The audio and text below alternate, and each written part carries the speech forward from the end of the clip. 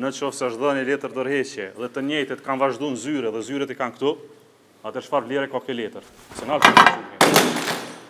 Pra, Klan Kosova dhe Radio Evropa Lirë sapo ranë. Është një epizod i errët në demokracinë parlamentare ku partia fituese nuk respekton rregullim bazik kushtetues që thotë që një i zgjedhur s'mund të jetë edhe kryeministër apo ministër edhe deputet i Kuvendit të Kosovës.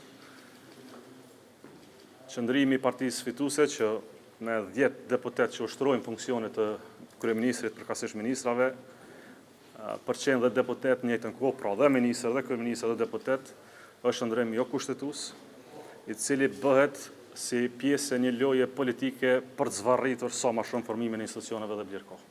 Zgjidhja është shumë e thjeshtë. Të japin ndërheqje prepozitave që i kanë, të ulën në ulsat e Kuvendit si deputet Republikës Kosovës, të bëjnë betimin si deputet Republikës Kosovës dhe kështu nis formalisht konstituimi i Kuvendit Kosovës. Sa për akuzat tjera, po i shihni se janë pjesë e një mendësie të njëjtë polarizuese dhe du të them një gjë të thjeshtë. Ata që komunikojnë me mesazhe për bërjen e votave nga lista serbe për qeverinë ardhshme, më së paku du të flasim për koordinime të tilla. Në qoftë se është dhënë një letër dorëheqje dhe të njëjtit kanë vazhduar në zyre dhe zyret i kanë këtu, atë çfarë vlere ka kjo letër? Një njeri që jep dorëheqje nuk vazhdon punën si kryeministër i Kosovës. Ju lutj shkoni tek kryeministria, sheni a është kryeministri i Kosovës kryeministër apo është deputet Kuvendit të Kosovës, sepse dyja s'mund të bëhen.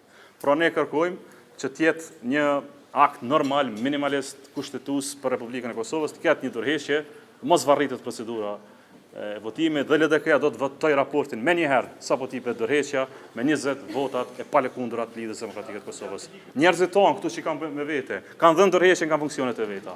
Johan Alishaku Sadriu ka dhënë dorëheqje prej nënkryetarit të komunës Prishtinës. Alban Zoga ka dhënë dorëheqje prej nënkryetarit të komunës Prishtinës, kanë ardhur për të bërë betimin për deputet. Nuk mund të jesh edhe deputet, edhe kryeministër, edhe ministër, edhe gjithçka tjetër. Është rregull bazik demokratik.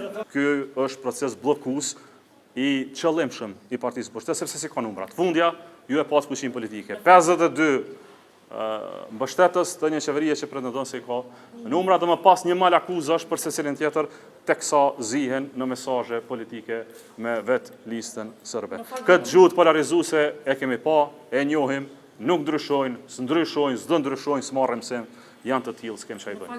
Unë po ju them, jepni dorëheqje, mos bëni probleme të tilla politike, e janë në seancë, zgjidhet çështja menjëherë.